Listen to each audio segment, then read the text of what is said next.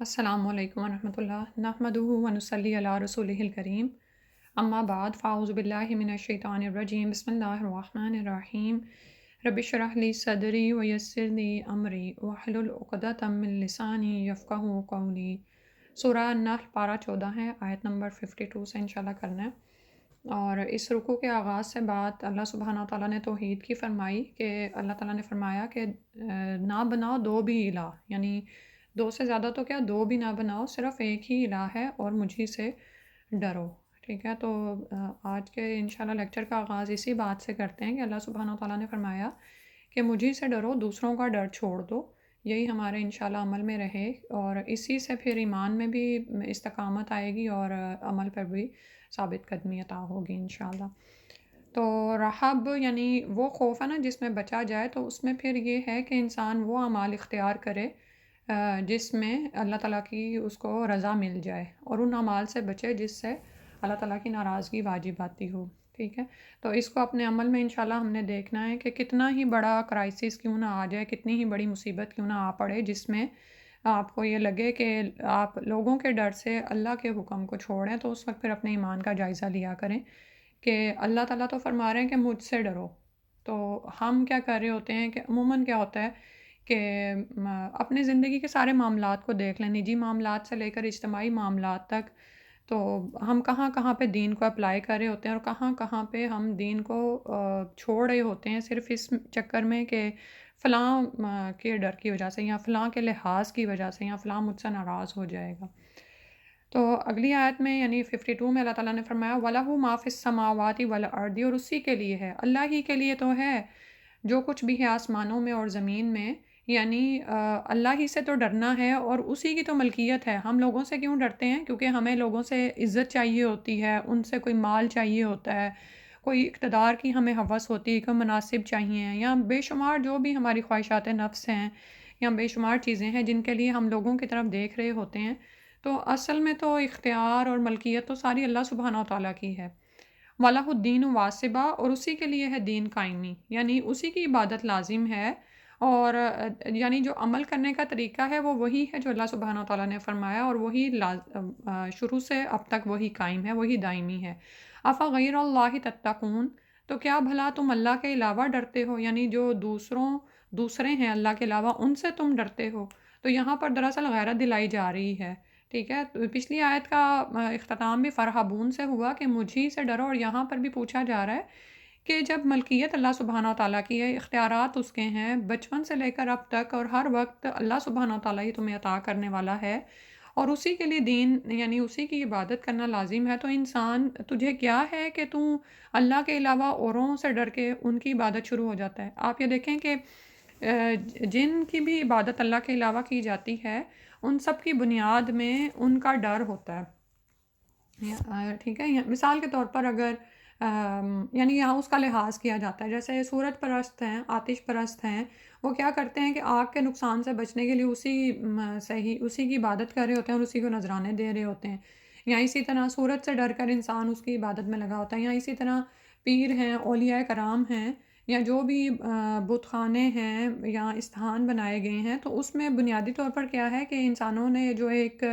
اوہام کا ایک پورا وہ فلسفہ گھڑ لیا ہوتا ہے، تو اس میں وہ اب جو بھی ان کے ظن و گمان ہوتے ہیں اس میں وہ کیا چاہتے ہیں کہ ہمیں ان کی مار سے ڈر لگتا ہے۔ کبھی آپ نے یہ سنا ہو بیک ہوم میں بھی کہ وہ جو بابے اور پیر اور فقیر، چاہے وہ اپنے زمانے میں بڑے نیک بزرگ بھی رہے ہوں، لیکن کیا ہے کہ ان سے بچنے کے لیے انسان ان کی عبادت میں پڑ جاتا ہے، نعوذ باللہ من ذالک۔ اللہ سبحانہ تعالیٰ نے یہاں پر دراصل ہمیں غیرت دلائی ہے، یعنی افغیر اللہ تتقون، کہ کیا تم اللہ کے علاوہ اوروں سے ڈرتے ہو؟ اوروں سے، اور تو تمہیں رزق بھی نہیں دیتے، نہ ہی تمہارے لیے کسی بھی فائدے کا سامان ہے، یعنی نہ تو تمہیں کسی فائدے کا سامان مہیا کرتے ہیں اور نہ ہی تمہیں کسی تکلیف سے بچا سکتے ہیں۔ تو اگلی آیت میں فرمایا وما بکم من نعمت، اور جو کچھ بھی نعمت میں سے یعنی تمہارے پاس ہے، فمن اللہ، تو وہ اللہ ہی کی طرف سے ہے، ثم اذا، پھر جب ہی مسکم الضر، جب تمہیں تکلیف پہنچتی ہے، فالیہ تجارون، تو اسی کی طرف تم فریاد کرتے ہو، گڑ گڑاتے ہو۔ تو یہاں پر اب یہ انسان کو ذرا یاد کرایا گیا ہے کہ جب جو بھی نعمتیں تمہیں عطا کی گئی ہیں وہ تو اللہ سبحانہ وتعالیٰ کی طرف سے ہیں، کیونکہ وَلَهُ مَا فِی السَّمَاوَاتِ وَالْأَرْضِ ہے نا، خالق وہی ہے، مالک وہی ہے، رازق وہی ہے، اسی کے اختیارات میں سب چیزیں ہیں۔ جو بھی نعمت تمہیں پہنچتی ہے، کوئی بھی ایسی چیز نہیں ہے جو آپ کو اللہ کے علاوہ پہنچتی ہو، یعنی آپ کے ذہن میں اب کسی کے ذہن میں خیال آ سکتا ہے کہ مجھے پیدا تو میری ماں نے کیا، یا یہ کہ مجھے ماں کھلاتی پلاتی ہے، یا باپ میرے لیے روزی فراہم کرتا ہے، تو اس کی بنیاد میں بھی کون ہے کہ اللہ سبحانہ وتعالیٰ ہی کسی کو توفیق دینے والے ہیں، یا کسی کو کوئی نعمت دینے والے ہیں کہ وہ اس نعمت سے آگے دوسروں کو نعمت دیتا ہے، یعنی ماں کے اندر حمل کون ٹھہرا دیتا ہے، ٹھیک ہے؟ یا اسی طرح باپ اگر کسی بھی جگہ پر جاب کے لیے نکلتا ہے یا کچھ کما کے لاتا ہے، تو اس کی توفیق یا وہ نعمتیں جس دنیا میں وہ کام کر رہا ہے، وہ سب کچھ بھی اللہ سبحانہ تعالیٰ کا ہی پیدا شدہ ہے، ٹھیک ہے؟ یعنی ہماری تمام تر نعمتیں، اب یہ دیکھیں کہ اس بات کا اظہار ہم روزانہ ہر رکعت میں سورہ الفاتحہ میں کرتے ہیں، الحمد للہ رب العالمین۔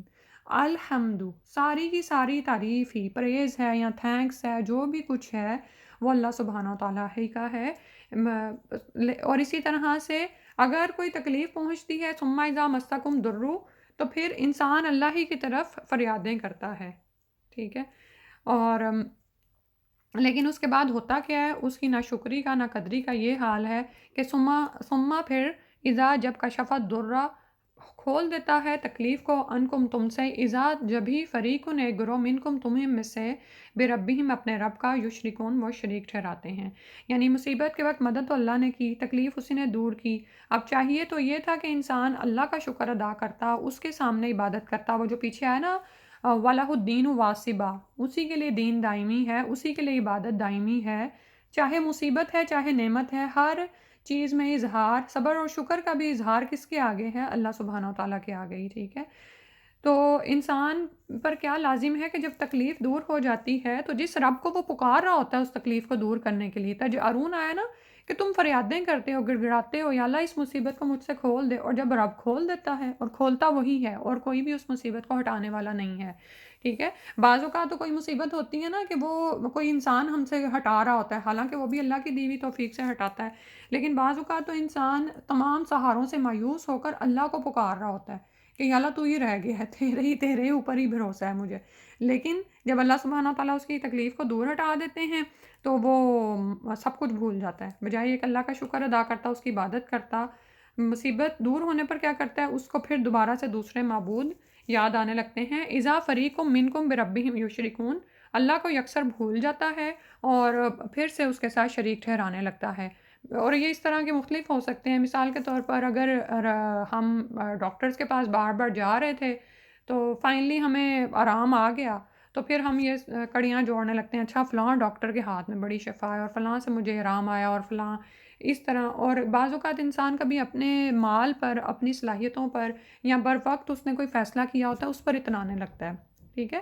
آپ یہ دیکھیں کہ شیطان انسان کو بہکانے کا کوئی موقع ہاتھ سے جانے نہیں دیتا، آپ یہ دیکھیں کہ جب آپ کی کوئی مصیبت دور ہوتی ہے، کوئی بہت بڑی مصیبت، تو آپ اللہ کے آگے کتنی دیر جھکتے ہیں، بڑے آپ نے راتیں لگا کے تہجد میں دعائیں مانگ مانگ کے اللہ تعالیٰ سے اس مصیبت کو ہٹایا ہوتا ہے کہ یہ مجھ سے مصیبت دور ہو جائے، لیکن جب وہ دور ہو جاتی ہے تو کتنی دیر ہم اللہ کے آگے سجدہ ریز رہتے ہیں، کتنی دیر ہم اللہ کا شکر ادا کرتے ہیں نا، بلکہ الٹا کیا ہوتا ہے کہ ہمیں وہ لوگ یاد آنے لگتے ہیں جنہوں نے ہماری مدد کی تھی، اور بھی اس طرح کی بے شمار، اور ہمیں اپنی ہی چیزیں یاد آنے لگتی ہیں جس کی وجہ سے وہ مصیبت ٹلی ہو، حالانکہ وہ تو صرف سبب ہیں، یعنی ہم اللہ کو بھول جاتے ہیں، اور بعض اوقات تو وہ شرک کی حد تک لوگ پہنچ جاتے ہیں کہ فلاں بابے کے دربار پر جانے سے مجھے یہ بچہ حاصل ہوا، باقاعدہ طور پر لوگ ایسی باتیں اور اس طرح کے انہوں نے وہ کیے ہوئے ہیں کہ فلاں کے در پہ حاضری سے مجھے یہ اولاد حاصل ہو گئی، استغفر اللہ من ذالک، اور بھی اس طرح کی بے شمار باتیں ہیں، اللہ سبحانہ تعالیٰ رحم فرما دے، لیکفروا بما آتیناہم، تاکہ وہ ناشکری کریں ساتھ اس کے جو دیا ہم نے ان کو، فتمتعوا تو فائدے اٹھا لو، فسوف تعلمون تو ان قریب تم جان لو گے، ٹھیک ہے؟ تو یہ جو ناشکری کرنا ہے اور اس کے ساتھ پھر شریک ٹھہرانا ہے، تو یہ کیا ہے؟ یہ دراصل وہ کفر ہے نا، اور یہاں پر اس کفر کو ناشکری کا ترجمہ کیا گیا کہ جو اللہ سبحانہ تعالیٰ نے ان کو نعمتیں دیں یا یہ کہ تکالیف دے کر ان کو ہٹایا، تو یہ سب کچھ جو ان کو عطا ہوا انہوں نے اس کی ناشکری کی، تو یہ دراصل کفر ہی ہے۔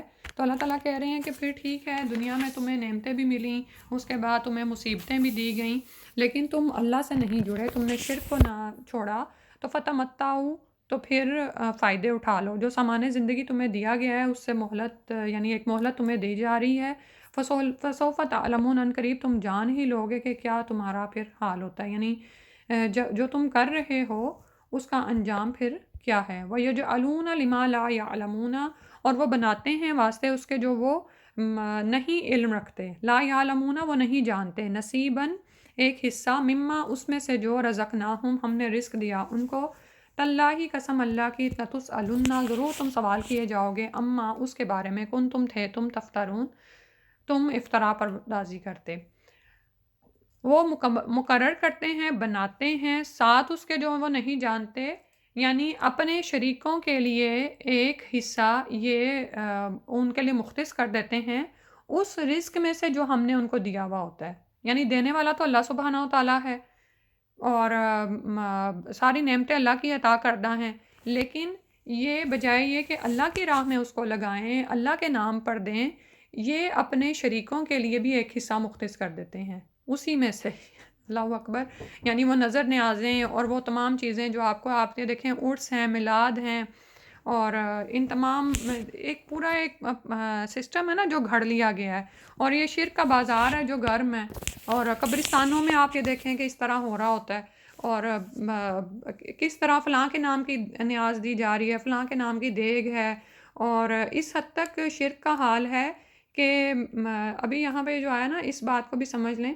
اچھا، ایک تو بات یہ ہے کہ جو رزق ہم نے ان کو دیا ہوتا ہے نا وہ یہ دے رہے ہوتے ہیں، وہاں پر ان کے نام کی نیازیں ہوتی ہیں اور وہ سارا کچھ ہوتا ہے۔ اچھا، وَيَجْعَلُونَ لِمَا لَا يَعْلَمُونَ، یہ کن کو بناتے ہیں؟ جو نہیں جانتے، ٹھیک ہے، یہ ان چیزوں کو اپنے صدقات و خیرات میں اللہ کا شریک اور حصے دار بناتے ہیں جو بجان بت ہیں، جن کو کوئی علم نہیں ہے کہ ان کو کیا چڑھاوے چڑھا رہے ہو، کیا دے رہے ہو، یا قبروں میں پڑے ہوئے ہیں، نہ سن سکتے ہیں، نہ بول سکتے ہیں، نہ جواب دے سکتے ہیں، انہیں تو علم بھی نہیں ہوتا کہ کوئی انہیں پکار رہا ہے اور کوئی ان کے لیے نظریں پیش کر رہا ہے، یا اسی طرح اللہ سبحانہ تعالیٰ کی جو مخلوقات، سورج، چاند، ستارے وغیرہ ہیں جو ان کو پوچھتے ہیں، ان کو وہ تو اللہ تعالیٰ کے حکم سے ایک کام میں لگے ہوئے ہیں، یا وہ کیا جانے کہ یہ ان کو کیا پیش کر رہے ہیں اور کیا ان کو کس طرح کا اوتار انہوں نے بنایا ہوا ہے۔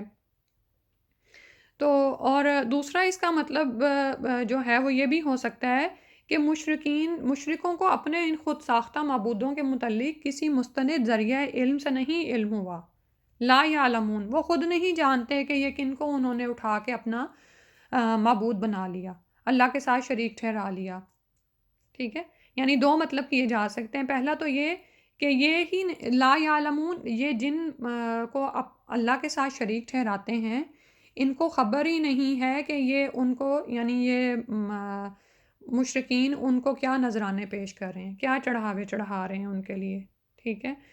اور دوسرا مطلب یہ کیا جا سکتا ہے اس کا کہ وہ مشرکین جو ان بتوں کے آگے سجدہ ریز ہوتے ہیں وہ خود نہیں جانتے کہ کیوں ان کے آگے سجدہ ریز ہو رہے ہیں، کیا یہ عبادت کیے جانے کا حق رکھتے ہیں، یعنی یہ سارے بت یا جو بھی چیزیں آپ اس میں شامل کر لیں، حتیٰ کہ فرشتوں کو بھی اللہ کی جو بیٹیاں تصور کیا جاتا ہے اور ان کو اللہ کے اختیارات میں شریک کیا جاتا ہے، اور اسی طرح اب کسی بھی جگہ پہ آپ سوچ لیں، بیک ہوم میں بہت سارے ایسے مظاہر آپ کو نظر آتے ہیں کہ اللہ کے ساتھ باقاعدہ شریک ٹھہرایا جاتا ہے، قبرستانوں پر، قبروں پر، آستانوں پر جا کر دعائیں مانگی جاتی ہیں، قبر والوں سے دعائیں مانگی جا رہی ہوتی ہیں، تو ان کو خود نہیں پتہ ہوتا کہ یہ کیوں ان سے ایسا کر رہے ہیں، کیوں انہوں نے ان کو اوتار بنا لیا ہے، ٹھیک ہے۔ پہلی بات تو یہ کہ ان کو کسی مستند ذریعہ علم سے معلوم ہی نہیں ہوا کہ اللہ تعالیٰ نے واقعی ان معبودوں کو اپنا شریک بنا رکھا ہے، ٹھیک ہے، یا یہ کہ اللہ تعالیٰ نے ان کو کچھ اپنے اختیارات میں شریک کر رکھا ہے، یعنی لوگوں کے یہ خیالات ہیں نا کہ جو اولیاء اللہ ہوتے ہیں وہ مرنے کے بعد اللہ کے ہاں بلند مقام پا لیتے ہیں اور وہ اللہ کے ہاں ہماری سفارش کر سکتے ہیں، ٹھیک ہے، تو اور وہ ہماری فریادیں اللہ تک لے جاتے ہیں، نعوذ باللہ من ذالک۔ تو یہ جو تمام کام ہیں، یہ اس کے لیے اللہ تعالیٰ نے کوئی سند، کوئی دلیل نہیں اتاری، اور ان کے پاس ہے بھی نہیں، ٹھیک ہے، یہ ان کا اپنا ہی سوچا ہوا ایک نظام ہے جس پر یہ عمل کر رہے ہوتے ہیں. لا یعلمون، وہ جانتے نہیں ہیں. ٹھیک ہے، یعنی آپ یہ دیکھیں کہ قرآن ہی حقیقت ہمیں بتاتا ہے، یہ حق کا علم ہے، سچا علم ہے، اور یہ ہمیں بتا رہا ہے کہ تمہارا معبود کون ہے، تمہارا خالق کون ہے. لیکن یہ جو معبودان باطل ہیں، ان کو جنہوں نے معبود بنایا ہوا ہے ان کے پاس کوئی علم نہیں ہے کہ ہمارے معبود ہیں. ٹھیک ہے، تو اب یہ دیکھیں کہ انسان کتنا بڑا اپنا نقصان کر رہا ہے نا. اور میں سن رہی تھی کہ بعض اوقات بیک ہوم میں کچھ ایسی باتیں بھی سننے میں آتی ہیں کہ جیسے ایک گدھے کے بارے میں سن رہی تھی کہ وہ کسی مالک کا گدھا تھا، تو وہ اس کو سامان دیتا تو جہاں پہ وہ اس کو بھیجنا چاہتا وہ سامان وہاں پہ منتقل کر کے واپس آ جاتا تھا. یعنی اتنا زیادہ فرما بردار اور عقل مند تھا. تو انہوں نے کیا کیا کہ جب گدھا مر گیا تو مالک نے، ظاہر ہے اس کو، یعنی اس کے ذہن میں خیال آیا، اس کو تکریم دینے کے لیے اس نے اس کی باقاعدہ قبر کھودی اور اس کو دفن کیا. تو بعد میں آنے والے لوگوں نے اس قبر کو آستانہ بنا لیا کہ یہ کوئی معجزہ یہاں پہ ہوا ہے. اسی طرح کسی اور چیز کے بارے میں سن رہی تھی کہ وہاں پہ پتہ نہیں کوئی نقصان دہ چیز تھی، انہوں نے دفن کیا اس کو. بعد میں لوگوں نے وہاں اس جگہ کے بارے میں مختلف اور گھڑ لیے اور اس کو.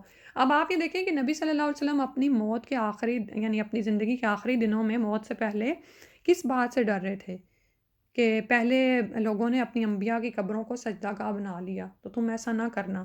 اور کس طرح سے اللہ سبحانہ وتعالیٰ نے اپنے محبوب نبی صلی اللہ علیہ وسلم کی قبر کو محفوظ فرمایا ہے. ٹھیک ہے، وہ باہر لایا ہی نہیں گیا، جہاں پہ وہ مرتے ہیں وہیں پر ان کو جون سا دفنایا جاتا ہے نا انبیاء کو. تو نبی صلی اللہ علیہ وسلم کو حجرہ عائشہ میں دفنایا گیا، اور اس کے بعد جتنے بھی حکمران آئے ہیں کس طرح سے وہ محفوظ کرتے گئے کہ شرک سے بچایا جا سکے.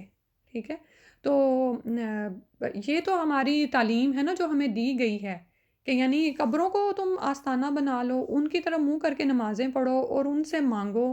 اس بات سے تو روکا گیا ہے. اور پھر اس کے علاوہ بہت سی ایسی چیزیں ہیں جن کے بارے میں علم بھی نہیں ہوتا، خود ساختہ ہی ہوتی ہیں. جیسے میں نے ابھی آپ کو گدھے والی مثال دی ہے، خود ساختہ ہی چیزیں ہوتی ہیں اور ان کو اگلی نسلیں آ کے وہ آستانہ بنا لیتی ہیں. پھر وہاں پر بتیاں روشن کی جاتی ہیں اور باقاعدہ جمعرات کے جمعرات جایا جاتا ہے. اور آپ نے کبھی وزٹ کیا ہو ایسی جگہ پر کا؟ میں بچپن میں ایک جگہ کا میں نے وزٹ کیا ہوا ہے. وہ ایک عجیب سا ڈرامائی ماحول بنایا ہوتا ہے، وہ ہلکی ہلکی لائٹیں اندر جل رہی ہوتی ہیں، ایک مجاور قبر کے پیچھے ہوتا ہے، قبر کو باقاعدہ جو ہے وہ پکی ہوتی ہے اور سائڈوں پہ وہ روشن دیے لگائے جاتے ہیں. اب تو خیر اس سے بھی بڑھ کے کام ہو گیا ہوگا، کیونکہ میں تو آپ کو بہت سال پہلے کوئی بات بتا رہی ہوں کہ 30-40 سال یا اس سے بھی پہلے کی بات ہے. تو اب تو بہت ہی زیادہ بڑھ گیا نا. اب تو دیکھیں کہ ایسی جگہوں پر دھمال ڈالے جاتے ہیں اور رقص کیے جاتے ہیں، رقص و سرود کی محفلیں ہوتی ہیں، اور پھر کہا جاتا ہے کہ یہ ان کو حال پڑ گئے ہیں اور پتہ نہیں کیا کیا اس طرح کی کہانیاں ان کے ساتھ منسوب کر دی جاتی ہیں.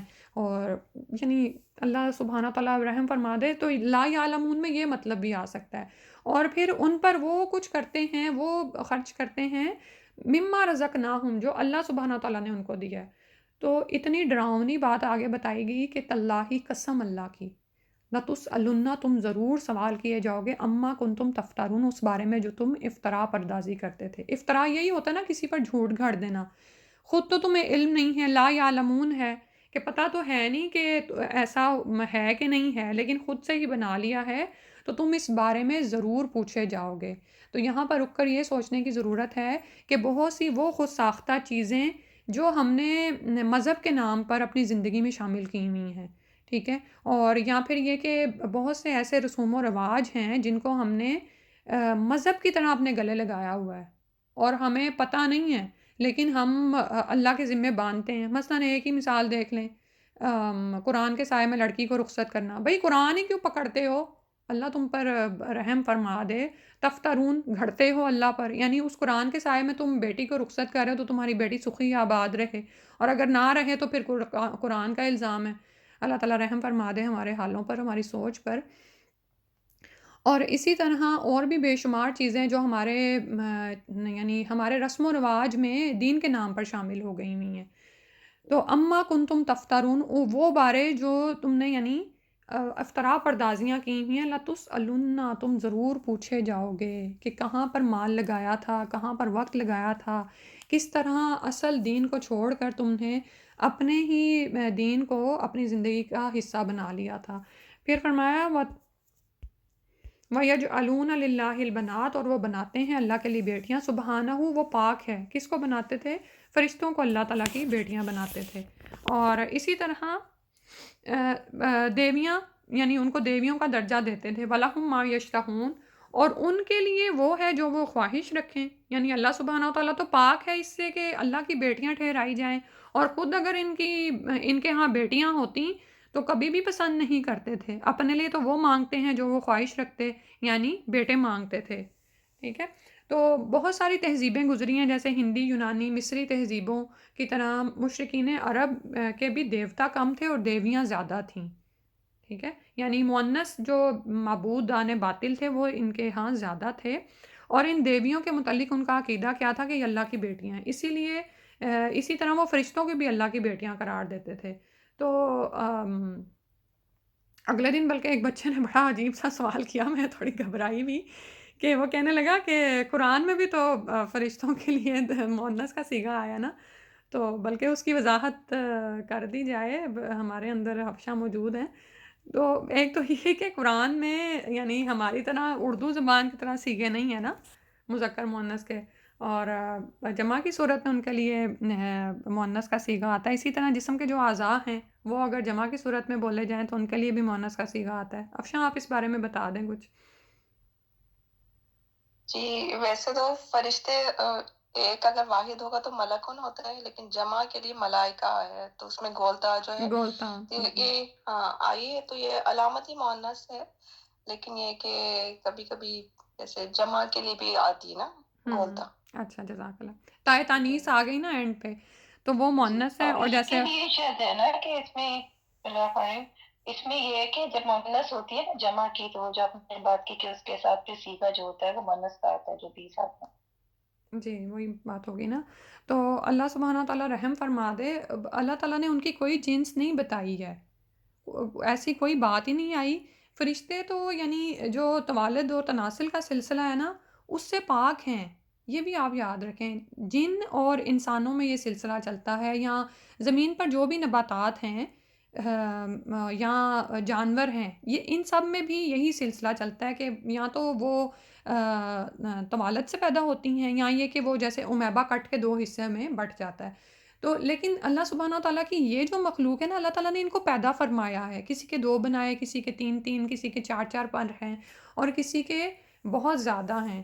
سبحان اللہ، اللہ تعالیٰ کی تخلیق تو بے شمار ہے کہ اللہ تعالیٰ ہر ایک طرح کا مختلف طرح کے ماڈلز بنا سکتے ہیں۔ ہمارا تو یہ نا کہ ہم ماں باپ سے پھر آگے نسلیں چلنا شروع ہو جاتی ہیں، تو یہ ان میں نہیں ہے۔ تو ایسی کوئی بات اللہ سبحانہ تعالیٰ نے نہیں فرمائی، اور نہ ہی کوئی ہے کہ وہ اللہ کی بیٹیاں یا اس کے اختیارات میں شریک ہیں، یہ ان کی اپنی خود ساختہ باتیں تھیں۔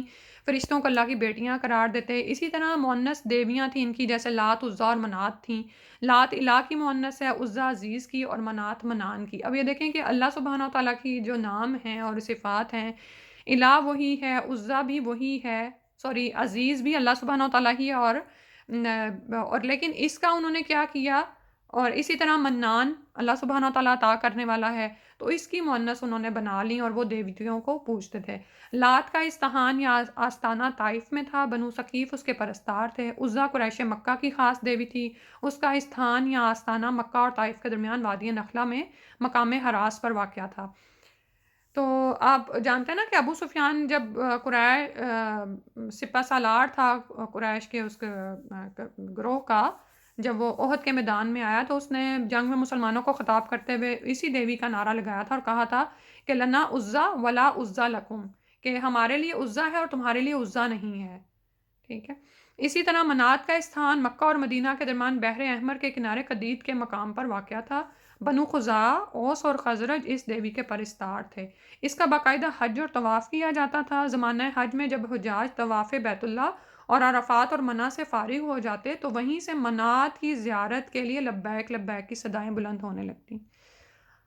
نعوذ باللہ من ذالک، یعنی وہی بات آ گئی کہ یعنی دین میں جو انہوں نے افتراء گھڑے ہوئے تھے نا کہ دین کے نام پر اب لبیک کی صدائیں تو صرف اللہ کے لیے بلند کی جاتی ہیں نا. جو لوگ اس دوسرے حج کی نیت کر دیتے وہ صفا اور مروہ کے درمیان صحیح نہیں کرتے تھے، یعنی یہ بھی اپنا ہی ایک طریقہ انہوں نے گھڑا ہوا تھا.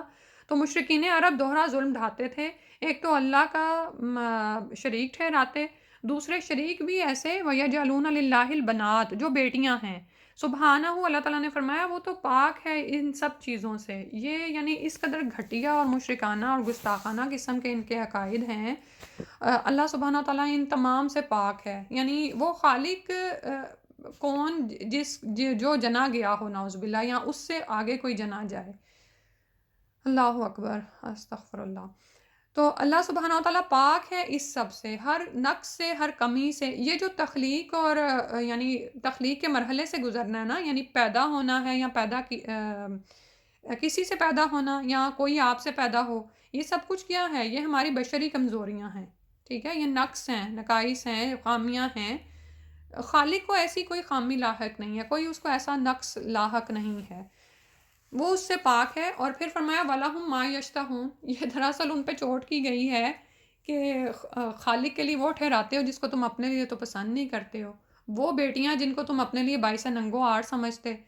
کس وجہ سے؟ کہ جب یہ جوان ہو جائیں گی تو ان کو کسی کو دینا پڑے گا، وہ یعنی اس وجہ سے کوئی ان کا داماد بنے گا اور یہ اس کے سسر ہوں گے، ٹھیک ہے.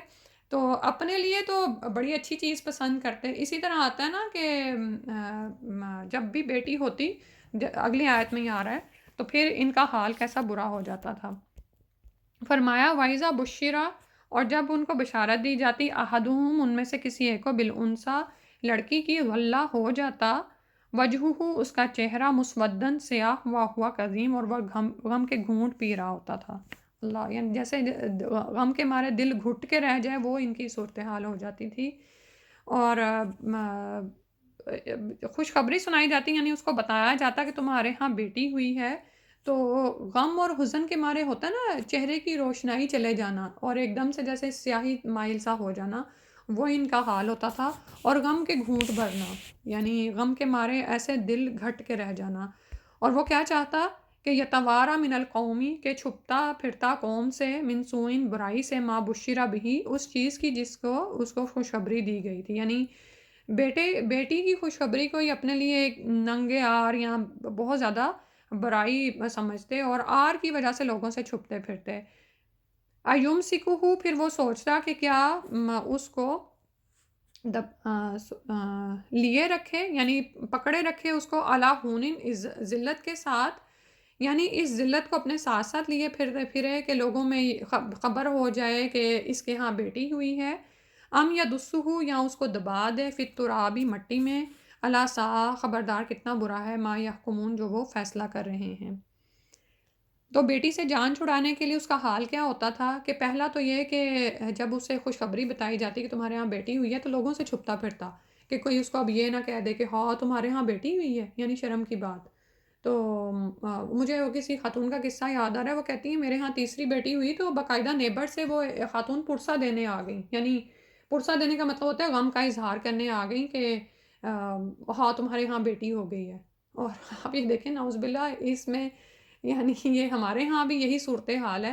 اور اس کی وجہ کیا ہے کہ دین تو پہنچ جاتا ہے کسی جگہ پر، لیکن وہاں کے جو رسم و رواج ہوتے ہیں یا سالہ سال کی، صدیوں کی تہذیب کی جو چھاپ ان پر ہوتی ہے نا، وہ باقی رہ جاتی ہے.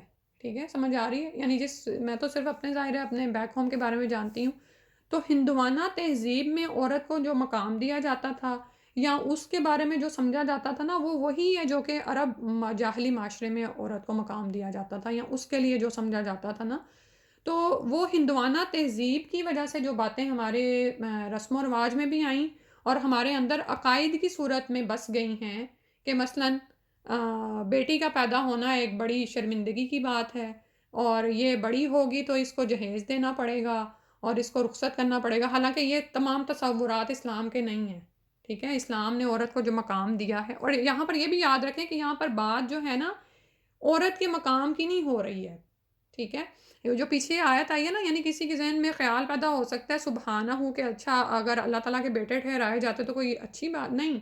بتایا یہ جا رہا ہے کہ تم اللہ کو کیا مقام دیتے ہو، کہ اس کے لیے اپنے لیے تو بیٹے پسند کرتے ہو، اللہ کے لیے بیٹیاں پسند کرتے ہو. یہاں پر عورت کے مقام کی بات نہیں ہو رہی.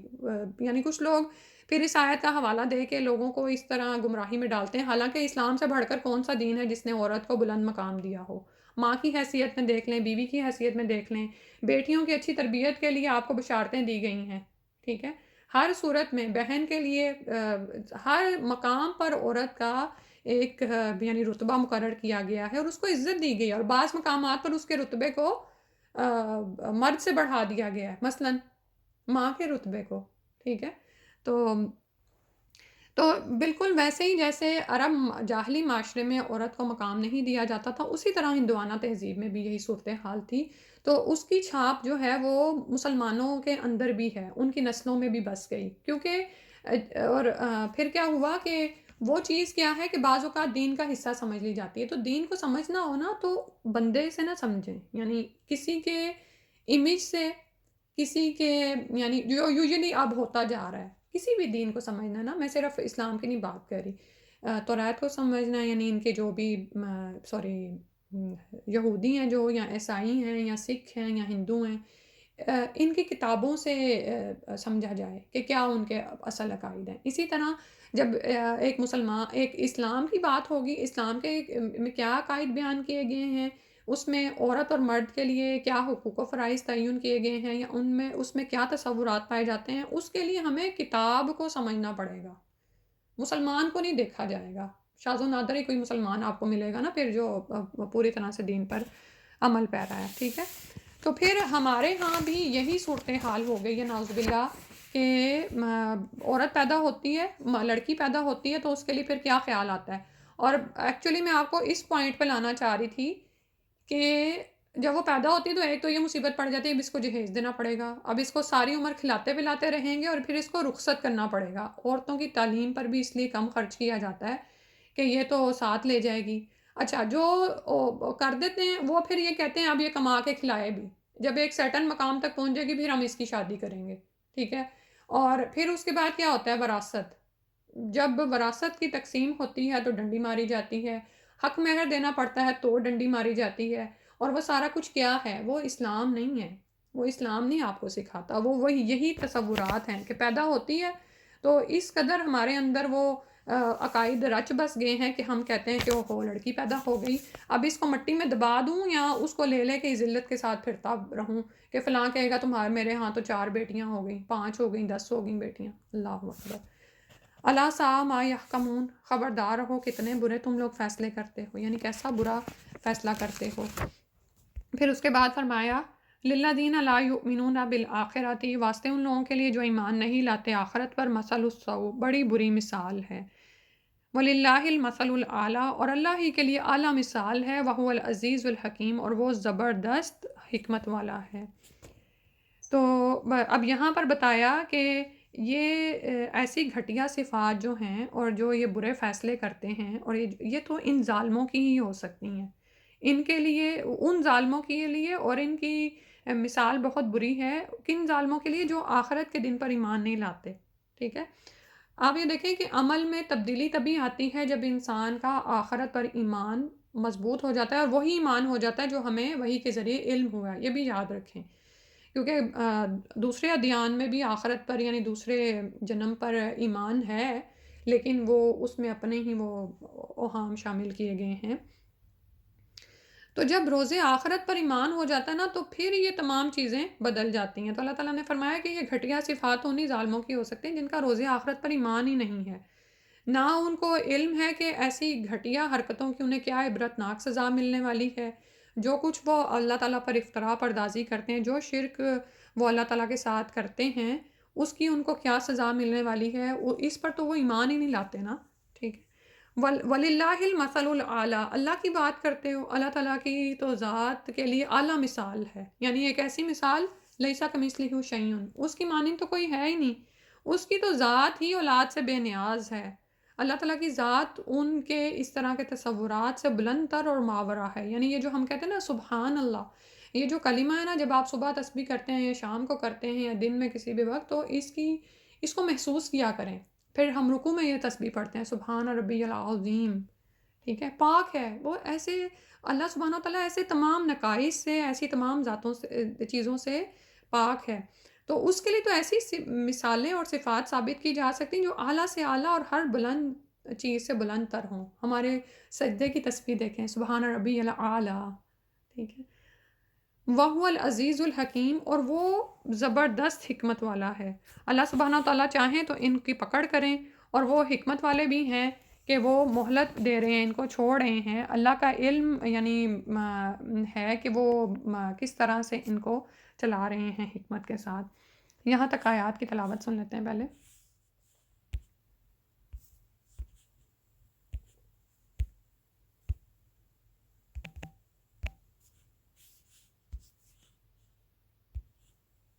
بسم اللہ الرحمن الرحیم. وَلَهُ مَا فِي السَّمَاوَاتِ وَالْأَرْضِ وَلَهُ الدِّينُ وَاصِبًا أَفَغَيْرَ اللَّهِ تَتَّقُونَ. وَلَهُ مَا فِي السَّمَاوَاتِ وَالْأَرْضِ وَلَهُ الدِّينُ وَاصِبًا أَفَغَيْرَ اللَّهِ تَتَّقُونَ. وَمَا بِكُم مِّن نِّعْمَةٍ فَمِنَ اللَّهِ ثُمَّ إِذَا مَسَّكُمُ الضُّرُّ فَإِلَيْهِ تَجْأَرُونَ. ثُمَّ إِذَا كَشَفَ الضُّرَّ عَنكُمْ إِذَا فَرِيقٌ مِّنكُم بِرَبِّهِمْ يُشْرِكُونَ. لِيَكْفُرُوا بِمَا آتَيْنَاهُمْ فَتَمَتَّعُوا فَسَوْفَ تَعْلَمُونَ. وَيَجْعَلُونَ لِمَا لَا يَعْلَمُونَ نَصِيبًا مِّمَّا رَزَقْنَاهُمْ. تَاللَّهِ لَتُسْأَلُنَّ عَمَّا كُنتُمْ تَفْتَرُونَ. وَيَجْعَلُونَ لِلَّهِ الْبَنَاتِ سُبْحَانَهُ وَلَهُم مَّا يَشْتَهُونَ. وَإِذَا بُشِّرَ أَحَدُهُم بِالْأُنثَىٰ ظَلَّ وَجْهُهُ مُسْوَدًّا وَهُوَ كَظِيمٌ. يَتَوَارَىٰ مِنَ الْقَوْمِ مِن سُوءِ مَا بُشِّرَ بِهِ أَيُمْسِكُهُ عَلَىٰ هُونٍ أَمْ يَدُسُّهُ فِي التُّرَابِ أَلَا سَاءَ مَا يَحْكُمُونَ. لِلَّذِينَ لَا يُؤْمِنُونَ بِالْآخِرَةِ مَثَلُ السَّوْءِ وَلِلَّهِ الْمَثَلُ الْأَعْلَىٰ وَهُوَ الْعَزِيزُ الْحَكِيمُ.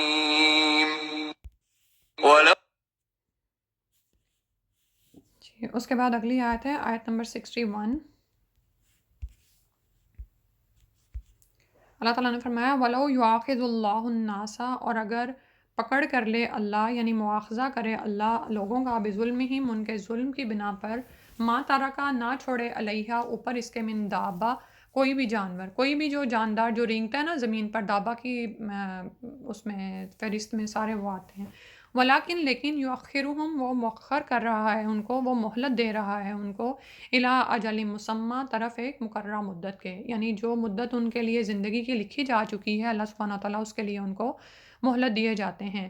فَإِذَا جَاءَ أَجَلُهُمْ پھر جب آ جاتا ہے ان کا مقررہ وقت، یعنی ان کی اجل، لا یستاخرون نہیں وہ تاخیر کر سکتے، ساعتاً ایک گھڑی بھی، ولا یستقدمون اور نہ ہی وہ اس سے آگے بڑھ سکتے ہیں. تو اللہ سبحانہ و تعالیٰ جیسے ابھی بتایا نا کہ اللہ تعالیٰ زبردست ہیں، پکڑ سکتے ہیں، الحکیم ہیں، حکمت والے ہیں کہ انسان کو مہلت دیے جاتے ہیں. اگر اللہ تعالیٰ انسان کی ایسی باتوں پر، آپ یہ دیکھیں کہ زمین و آسمان جو ہیں وہ بھی یعنی لرز اٹھیں جب انسان اس طرح کی باتیں کرتا ہے، اور اللہ کے لیے مخلوق یعنی سوری اللہ کے لیے بیٹیاں تجویز کرتا ہے یا اولاد تجویز کرتا ہے، نعوذ باللہ من ذالک. تو اللہ سبحانہ تعالیٰ اگر لوگوں کے ان ظلم کی وجہ سے ان کو پکڑنے لگیں تو پھر تو زمین پر کوئی جاندار باقی ہی نہ رہے، لیکن اللہ تعالیٰ ان کو مہلت دیے جاتے ہیں. لیکن جب اس کے بعد جب ان کا ایک وقت آ جاتا ہے، وقت مقرر، تو پھر اس وقت وہ بچ نہیں سکتے. یعنی انسان یہ سمجھتا ہے کہ وہ جو کچھ بھی کرتا رہے اللہ سبحانہ تعالیٰ کی پکڑ نہیں آئے گی اور وہ ان کاموں میں پڑا رہتا ہے. لیکن اللہ تعالیٰ کے تو اتنے زبردست ہیں کہ جس وقت انسان کا وعدہ عذاب یا اس کے لیے موت کا وقت آ جاتا ہے تو اس وقت اس کا پتہ چلتا ہے کہ نہ تو وہ ایک قدم آگے بڑھ سکتا ہے اس وقت سے، اس مقررہ وقت سے، اور نہ ہی پیچھے ہٹ سکتا ہے. اور اس کی مثال ہم دیکھتے ہیں انبیاء کی زندگی میں، ہمیں بار بار بتائی جاتی ہے کہ جب انبیاء کو اور ان کے ساتھ ایمان لانے والوں کو بچا لیا گیا تو اس کے بعد کتنی زبردست پکڑ آئی نام ماننے والوں پر کہ وہ جہاں تھے وہاں کے وہاں ہی رہ گئے. وہاں سے نہ تو وہ آگے ہٹ سکے اور نہ ہی پیچھے ماضی میں جا سکے کہیں. پھر فرمایا وَيَجْعَلُونَ لِلَّهِ مَا يَكْرَهُونَ، اور وہ مقرر کرتے ہیں اللہ کے لیے جو انہیں ناپسند ہے. وہ تصفو اور بیان کرتی ہیں السنتہم الکذبہ، ان کی زبانیں جھوٹ بیان کرتی ہیں. انا لہم الحسنہ، کہ بے شک ان کے لیے بھلائی ہے. لا جرم، کوئی شک نہیں. انا، بے شک، لہم النار، ان کے لیے آگ ہے. وانہم، اور بے شک وہ مفرطون، وہ سب سے آگے پہنچائے جانے والے ہیں. یعنی یہی دراصل یعنی اپنے انجام کو پہلے پہنچنے والے ہیں، یعنی دوزخیوں کے پیش رو ہیں. اللہ تعالیٰ رحم فرما دے. تو یہ اللہ کے لیے کیا بناتے تھے؟ وہی جو پیچھے مثال دی نا کہ بیٹیاں ٹھہراتے، اللہ تعالیٰ کے اختیارات میں شریک کرتے اور اپنے لیے اس کو باعث ننگ و نار سمجھتے. یعنی وَيَجْعَلُونَ لِلَّهِ مَا يَكْرَهُونَ، جو وہ ناپسند کرتے اس کو اللہ کے لیے ٹھہراتے. تو اللہ تعالیٰ نے فرمایا کہ ان کی زبانیں جھوٹ کہتی ہیں، یعنی حرکتیں تو ان کی یہ ہیں، اور دوسری طرف کیا کرتے ہیں کہ زبانی دعوے ان کے بڑے ہیں کہ اللہ تعالیٰ ہم پر مہربان ہے، اسی لیے تو ہم خوشحال بنائے گئے ہیں، اور اگر قیامت قائم ہوئی تو کوئی وجہ نہیں کہ ہم تب بھی عطا کیے جائیں گے. ٹھیک ہے. اللہ تعالیٰ نے فرمایا کہ لا جرم ان لہم النار، ایسی بات نہیں ہے، کوئی شک نہیں کہ انہی کے لیے آگ ہے، بلکہ یہ سب سے پہلے اس کا لقمہ بنیں گے، سب سے پہلے وہاں پر پیش ہوں گے. اللہ اکبر. اب یہاں سے بھی آپ یہ دیکھیں کہ شرک کی حقیقت سمجھ آتی ہے کہ اللہ تعالیٰ کے لیے تو تم وہ بناتے ہو جو تم اپنے لیے پسند نہیں کرتے. اب یہاں پر اگر صرف اس بات کو ہی نہ بیان کیا جائے کہ بیٹیاں بناتے، ویسے بھی آپ یہ دیکھیں کہ جب آپ اپنی کسی جائیداد کے مالک ہوتے ہیں تو کوئی اس میں آ کر اگر دعویٰ کرتا ہے یا شریک ہونے کی کوشش کرتا ہے تو آپ کا کیا حال ہوتا ہے؟ آپ پسند نہیں کرتے ہیں. ٹھیک ہے، کہ اپنی چیزوں کو شیئر کیا جائے یا یہ کہ اس میں کسی کو شریک ٹھہرایا جائے، یا وہ مال جو محنت سے آپ نے کمایا ہو دوسرا اس میں حصہ دار بن بیٹھے. حتیٰ کہ وہ چیزیں جو ہم باقاعدہ کانٹریکٹس کے ساتھ شروع کرتے ہیں، یعنی شراکت کی جو بھی کاروبار ہیں، اس میں بھی آپ یہ دیکھیں کہ کتنی جنگیں ہوتی ہیں، کتنی لڑائیاں ہوتی ہیں آپس میں. تو پیچھے جو فرمایا تھا نا کہ اللہ سبحانہ تعالیٰ کے لیے آسمانوں اور زمین ہے، تو اللہ تعالیٰ کی خدائی ہے ساری، اللہ تعالیٰ کی بادشاہت، اللہ کی ملکیت ہے. اس کے لیے تو تم وہ ٹھہراتے ہو جو تم ناپسند کرتے ہو اپنے لیے. یعنی اللہ تعالیٰ کی بادشاہت، اس نے سب کچھ بنایا، وہ سب کچھ عطا کرنے والا ہے، اور اس کے اختیارات میں تم لوگوں کو شریک کرتے ہو. ٹھیک ہے. اور دوسری طرف حال تمہارا یہ ہے کہ وَتَصِفُ أَلْسِنَتُهُمُ الْكَذِبَ، ایسی حرکتیں کرنے کے باوجود بھی کیا ہے کہ جھوٹ کہتے ہو اپنی زبانوں سے کہ تمہارے لیے ہی بھلائیاں ہیں، نہ صرف دنیا میں. ہاں ٹھیک ہے، ان کو ملی ہوئی تھی نا، مکی دور کی صورت ہے نا. تو آپ یہ دیکھیں کہ مسلمانوں کے مقابلے میں جب وہ اپنا کمپیریزن کرتے ہوں گے تو مال و دولت، جائیداد، مکہ کی تولیت اور بے شمار فائدے جو اللہ سبحانہ تعالیٰ نے ان کو عطا فرمائے تھے. اور دنیا میں بھی آپ یہ دیکھیں ہمارے بہکنے کی یا ہمارے دین پر قائم نہ رہنے کی کیا وجوہات ہوتی ہیں کہ بعض اوقات ہم دھوکے میں پڑ جاتے ہیں کہ ہمیں تو اللہ تعالیٰ نے بہت نعمتیں عطا کی ہوئی ہیں، اتنی آسائشیں ہیں، اتنی سہولتیں اور آرام ہے، اللہ ہم سے ناراض تھوڑی ہے، ہم تو ٹھیک ہی کر رہے ہیں. بڑا ہی مشکل ہے اس بات کو ماننا کہ اگر کوئی آپ کو آ کے بتائے کہ جو نسلوں سے تم ایک کام کر رہے ہو یہ دین کا حصہ نہیں ہے، یہ تمہارا افتراء ہے، تو ہم کہاں مانتے ہیں. ہم کہتے ہیں اگر ایسی بات ہوتی تو اللہ ہماری پکڑ نہ کر لیتا. تو اللہ ان لہم الحسنہ، ہم کہ ان کے لیے بھلائی ہے، اور آخرت کے بارے میں بھی وہ یہی سوچتے تھے. ہم میں سے بہت سارے مسلمانوں کا بھی یہی خیال ہے، جو بھی کر لو اللہ تعالیٰ بخشنے والے، معاف کر ہی دیں گے، ایسا خیالات ہیں نا. اور یہاں پھر یہ کہ ہم تو سید المرسلین نبی صلی اللہ علیہ وسلم کی امت میں سے ہیں، ہماری تو شفاعت ہی ہو جائے گی. لا جرم ان لہم النار، کون ہم میں سے جانتا ہے کہ کون آگ کا لقمہ بنے گا. وانہم مفرطون، اور یہ جو تمام باتیں کرنے کے بعد اللہ تعالیٰ نے ان کے لیے تو فرمایا کہ یہ سب سے پہلے آگ کا یعنی لقمہ بنیں گے. تو اللہ تعالیٰ نے اس طرح سے ان کی بات کا جواب دیا. ٹھیک ہے، اللہ سبحانہ تعالیٰ ہم پر رحم فرما دے۔ پھر اس کے بعد فرمایا تاللہ، قسم اللہ کی، لقد ارسلنا، تحقیق بھیجا ہم نے، الی امم، طرف امتوں کے، من قبل کا، آپ سے پہلے بھی، فزین لہم الشیطان اعمالہم، تو مزین کر دیا ان کے لیے شیطان نے ان کے اعمال، فہو ولیہم الیوم، تو وہ ان کا ولی ہوگا آج کے دن، وَلَهُمْ عَذَابٌ علیم، اور ان کے لیے دردناک عذاب ہے۔ اللہ تعالیٰ نے قسم کھا کر فرمایا کہ مشرکین مکہ جو کر رہے ہیں یہ کوئی آج کی بات نہیں ہے، ان سے پہلے جو بھی قومیں گزری ہیں اللہ سبحانہ تعالیٰ نے حجت تمام کی۔ ارسلنا، لقد ارسلنا الی امم من قبلک، آپ سے پہلے جو بھی امتیں گزری ان کی طرف رسول بھیجے گئے، ٹھیک ہے، اور انہوں نے آ کے ہدایت کی باتیں بتائیں، لیکن وہاں پر ہر دور میں آپ یہ دیکھیں کہ شیطان کتنا فعال ہے ان ساری قوموں کو بہکانے میں۔ اس نے جو اللہ سے مہلت مانگی ہوئی نا، ایسا پکا کھلا دشمن ہے ہمارا، اللہ نے ہمیں اس سے خبردار بھی کیا ہے، لیکن ہم کیسے اس کے ٹریپ میں آ جاتے ہیں۔ ہر دور میں فَزَيَّنَ لَهُمُ الشَّيْطَانُ أَعْمَالَهُمْ، شیطان لوگوں کے لیے ان کے اعمال کو مزین کر کے دکھاتا ہے، اس کو سجا دیتا ہے۔ تو اس کو ذرا فوکس کریں اس آیت کے اس حصے کو، کہ ہمارے لیے ہمارے کیا اعمال سجا دیے گئے ہیں، کہ ہم دنیا کی دل فریبیوں میں پڑے ہوئے ہیں، اس کی دلچسپیوں میں مگن ہیں، مست ہیں، اور ہمیں کوئی خبر نہیں ہے، دھوکے میں پڑے ہوئے، اور ہم کہتے ہیں کہ خیر ہے دیکھا جائے گا، یا یہ کہ ہم تو بخشے ہی جائیں گے، ٹھیک ہے۔ کیا ہمارا رویہ ایسا ہی نہیں ہے کہ ہم جو اعمال کر رہے ہیں ہمیں کوئی آ کے بتائے بھی کہ تم اپنا وقت ضائع کر رہے ہو؟ یہ اب کسی بھی آپ چیز کو دیکھ لیں، ہم کس طرح سے دنیا میں پڑے ہوئے ہیں، اور کس طرح ہم اپنے وقت کو، اپنی صلاحیتوں کو، یعنی جیسے میں اب یہی سوچ رہی تھی کہ ہمارے ہاں نکاح کا سلسلہ کتنا طویل ہو جاتا ہے، جس کو شادی کا نام دیا جاتا ہے، اور اس پر کس کس طرح سے ہم نے وہ مختلف طرح کے رسوم ہیں، کوئی اور بھی بات چاہے آپ لے لیں، وہ اپنے ہاں فوتگیوں کا ہی نظام دیکھ لیں کہ کس طرح ہے، اور لوگ جو کر رہے ہوتے ہیں نا ان کو جا کے سمجھاؤ نا تو وہ مانتے نہیں ہیں، وہ کہتے ہیں ہم تو بڑے اچھے عمل کر رہے ہیں، تم لوگ کہاں سے آگے بیچ میں ہمیں کوئی بات بتانے والے۔ اور یہی ہمارا بھی حال ہے، جو کام ہم کر رہے ہوتے ہیں نا، ہمیں یہ لگتا ہے ہم بہت اچھا بھلا کام کر رہے ہیں، اور اس سے بڑھ کر تو کوئی ہے ہی نہیں، کوئی ہمیں آ کے سمجھائے، کوئی ہدایت دینا چاہے تو ہم مانتے نہیں ہیں، کیونکہ ہمارے ازلی دشمن شیطان نے ان اعمال کو ہمارے لیے سجا دیا ہے۔ تو اللہ تعالیٰ نے فرمایا جس کی پیروی میں پڑے ہوئے ہونا، فَهُوَ وَلِيُّهُمُ الْيَوْمَ، وہ آج کے دن تمہارا ولی ہوگا، وہی تمہارا سرپرست مددگار ہوگا۔ اور ظاہر ہے کہ وہ جو جیسا سرپرست ہے وہ کیا مدد کرے گا، وہ تو خود اس کو پتہ ہے کہ وہ جہنم میں جانے والا ہے، تو ساتھ ہی پھر ان کے لیے بھی کیا ہے، وَلَهُمْ عَذَابٌ عَلِيمٌ، تو ان کے لیے دردناک عذاب ہے۔ تو الیوم سے قیامت کا دن مراد لیا جا سکتا ہے کہ قیامت کے دن بھی یہی ان کا لیڈر ہوگا، اور جس انجام کو وہ پہنچے گا اسی انجام کو یہ بھی پہنچ جائیں گے۔ تو یہاں پر جو عمل کی بات ہے نا بڑی ہی اہم ہے، وہ ہم نے دیکھنی ہے کہ واقعی شیطان نے نا دنیا میں ہمارے لیے سجا دیا ہے اعمال کو۔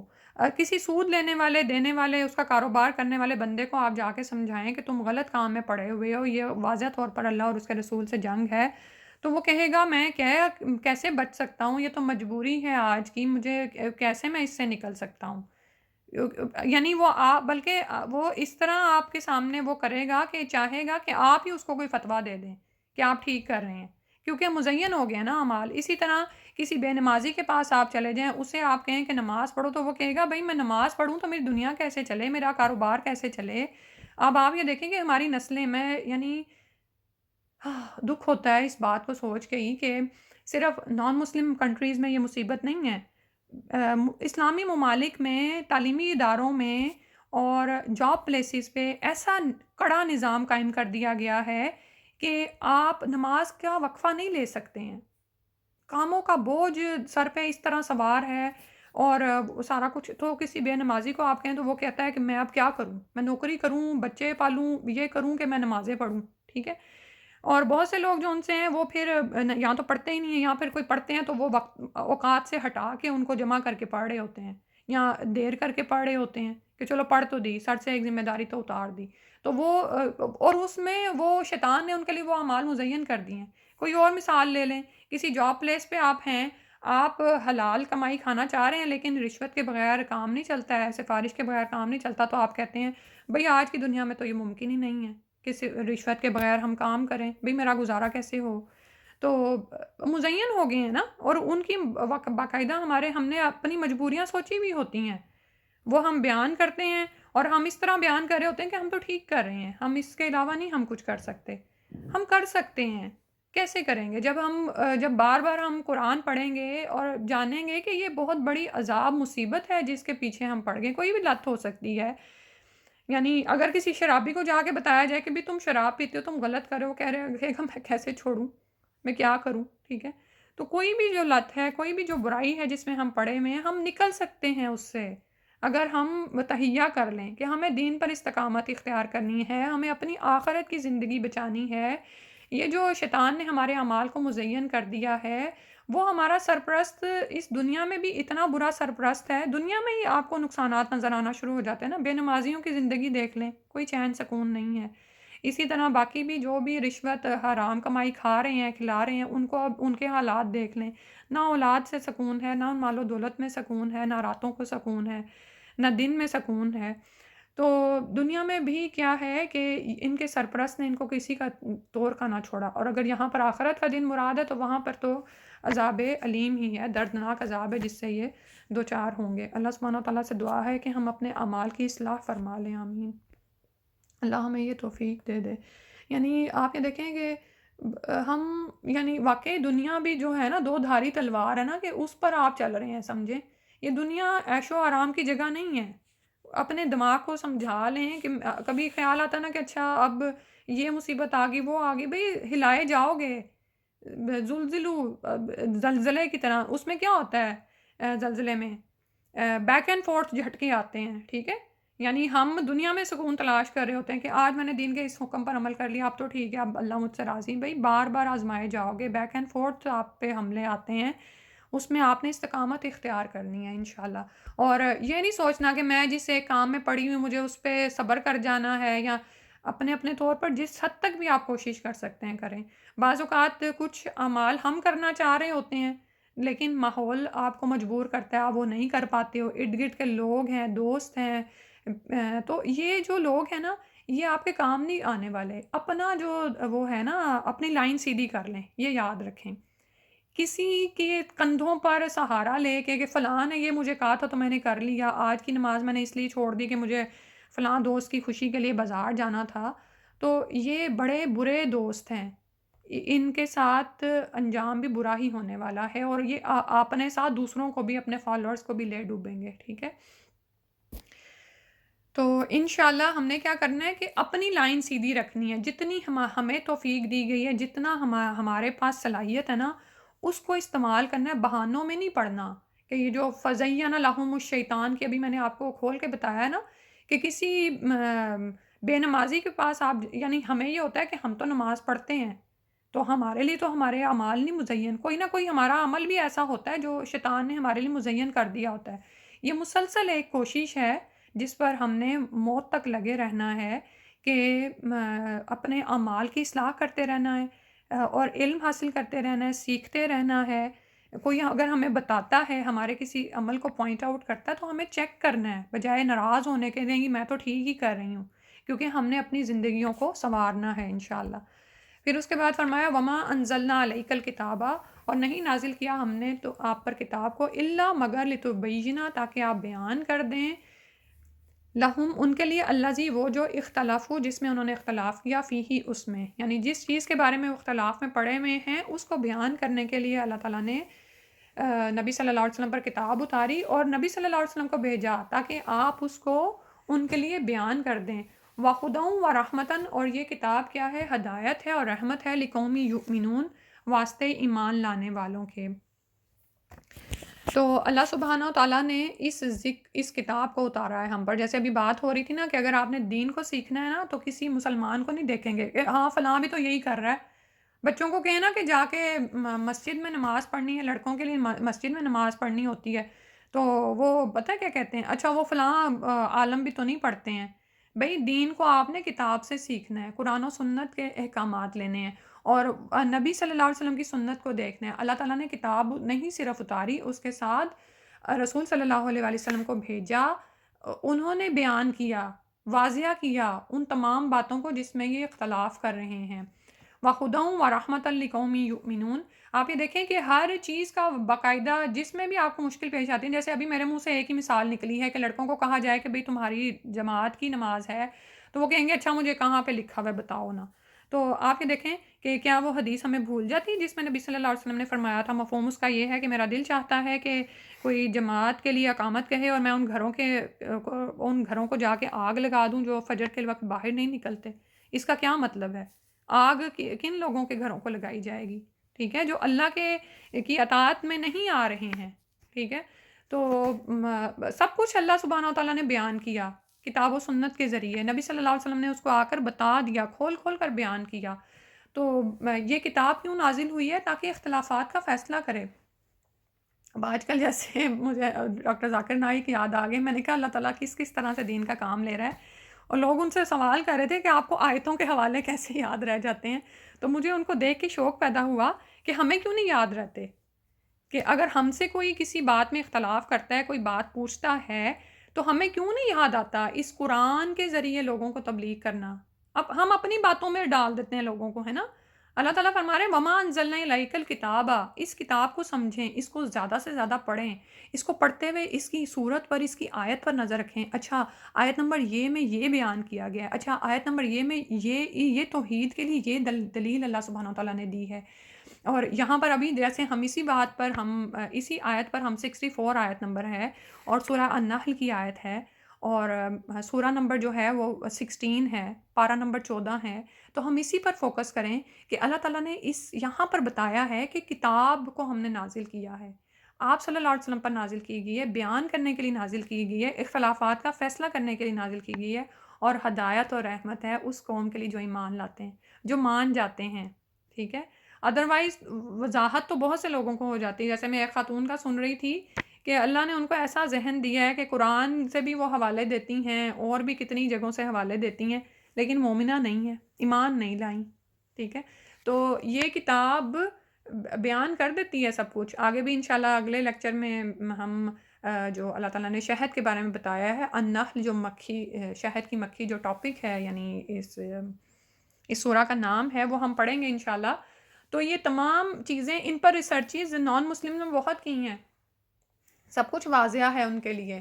ٹھیک ہے، لیکن ان کے لیے یہ کتاب ہدایت نہیں بنی۔ اللہ اکبر، یعنی میں کہتی ہوں کہ کیسی بد نصیبی ہے کہ انسان اتنا علم حاصل کرے، سب کچھ جان لے، لیکن اپنے خالق کو نہ پہچانے، اس کتاب پر ایمان نہ لائے۔ ٹھیک ہے، کیونکہ وہ کیا کہتے ہیں، وہ کہتے ہیں کہ محمد صلی اللہ علیہ وسلم بہت پڑھے لکھے تھے، سچے نبی تھے، لیکن وہ ان کے لیے تھے، مومنین کے لیے تھے، مسلمانوں کے لیے تھے۔ ٹھیک ہے، تو جیسے یہودی بھی کہتے تھے ہاں یہ اترا ہے ان کے لیے ہے، ہمارے لیے نہیں اترا ہے۔ اسی طرح اور بھی بے شمار آج بھی لوگ ایسی باتیں کرتے ہیں، ہاں اس نے تعلیم بہت اچھی دی، وہ دنیا کا کامیاب انسان تھا صلی اللہ علیہ وسلم، لیکن اس کی رہنمائی ہمارے لیے نہیں ہے، وہ ان کی امت کے لیے، انہی کی قوم کے لیے۔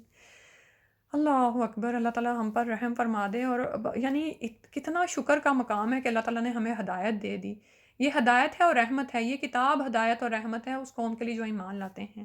پھر اس کے بعد فرمایا واللہ، اور اللہ ہی ہے، انزل من السماء ماء، اس نے نازل کیا آسمان سے پانی، فاحیا به الارض بعد موتها، پھر اس نے اس زمین کو زندہ کیا اس کی موت کے بعد۔ یعنی تم دیکھتے ہو کہ زمین بالکل خشک بے آب و گیا پڑی ہوئی ہوتی ہے، مری ہوئی لگتی ہے نا، لیکن کیسے اللہ سبحانہ و تعالیٰ پانی برساتے ہیں۔ تو آپ پانی کا ذکر ہے نا، تو خاص طور پہ برسات کا موسم یاد کر لیں، اس میں کیا ہوتا ہے کہ وہ پودے جو آپ نے لگائے ہوتے ہیں ان کے علاوہ بھی کتنی ہی جڑی بوٹیاں ہیں، گھاس ہیں، پودے از خود پیدا ہونے لگتے ہیں۔ وہ بیج جو مٹی میں مدتوں سے دبے پڑے تھے ان سے پیداوار ہونے لگتی ہے۔ ٹھیک ہے، سبحان اللہ۔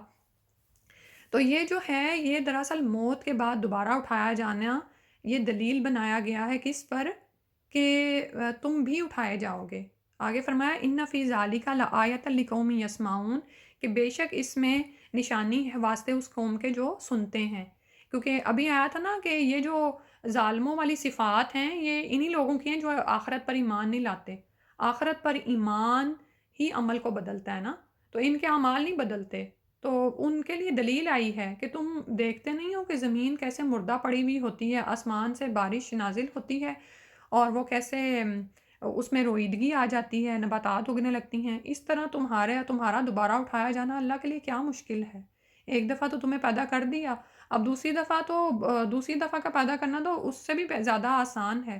لیکن اس میں کس کے لیے نشانی ہے کہ وہ اس میں غور و فکر کرے واسطے اس قوم کے جو سنتے ہیں. یہاں پر آپ یہ دیکھیں کہ دیکھنے کی بات نہیں آئی، کیونکہ سننے میں کیا ہوتا ہے کہ جب آپ سن رہے ہوتے ہیں نا تو کوئی بول رہا ہے نا، تو آپ اس کے ساتھ ساتھ غور و فکر کر رہے ہوتے ہیں. وہ بول رہا ہے، آپ اس کی بات سن رہے ہیں، آپ کے بھی دماغ کے حواس باقی بھی کام کر رہے ہیں کہ آپ اس پہ پونڈر کر رہے ہیں. ایک یعنی جیسے اشتراکی سا عمل بن رہا ہے نا. تو لیکن سنتا بھی کون ہے؟ جو توجہ دیتا ہے، جس کی کوئی اس میں انٹرسٹ ہوتا ہے. ہم عموماً کیا سن رہے ہوتے ہیں؟ ٹھیک ہے، وہی باتیں سنتے ہیں نا جس میں ہمارا انٹرسٹ ہوتا ہے. تو اللہ تعالیٰ کی جو ہدایت کی باتیں ہیں، جو کلام ہے، کلام الہی ہے، اللہ کی طرف سے اتارا گیا ہے، اس میں غور و فکر جو کرتا ہے، جو سنتا ہے، جو ایمان لاتا ہے، وہی پھر ان نشانیوں سے سبق حاصل کرتا ہے کہ اللہ تعالیٰ نے کس طرح سے زمین پر پانی برسایا ہے اور اس سے زمین کی نباتات کو اگایا. اسی طرح تم بھی مرنے کے بعد دوبارہ اٹھائے جاؤ گے. جو تلاوت باقی رہ گئی تھی وہ انشاءاللہ سنتے ہیں.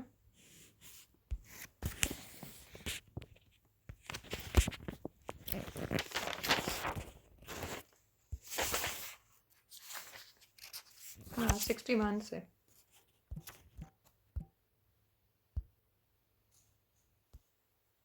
بسم اللہ الرحمن الرحیم. ولو يؤاخذ الله الناس بظلمهم ما ترك عليها من دابة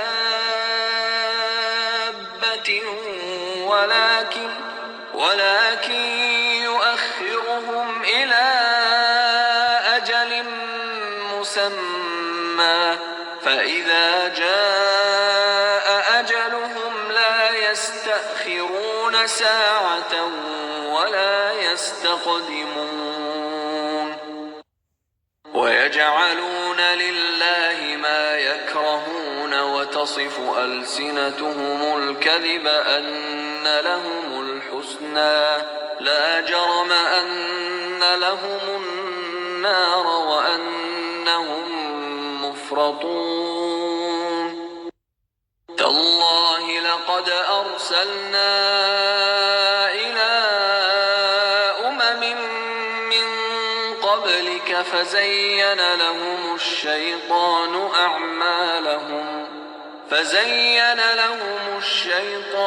أعمالهم فهو وليهم اليوم ولهم عذاب أليم. وما أنزلنا عليك الكتاب إلا لتبين لهم الذي اختلفوا فيه وهدى ورحمة لقوم يؤمنون. والله أنزل من السماء ماء فأحيا به الأرض بعد موتها إن في ذلك لآية لقوم يسمعون. سبحانک اللہم و بحمدک نشہد ان لا الہ الا انت نستغفرک و نتوب الیک. السلام علیکم و رحمۃ اللہ.